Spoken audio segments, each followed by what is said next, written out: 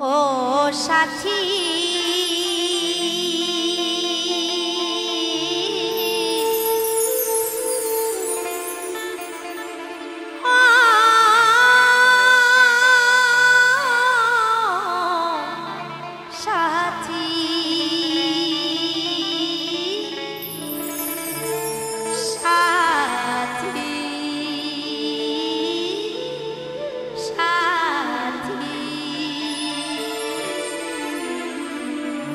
এটা অত্যন্ত একটি জনপ্রিয় ভালোবাসার গান।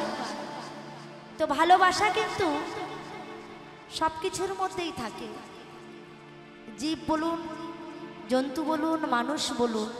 তবে কি জানেন তো, একটু আলাদা আলাদা।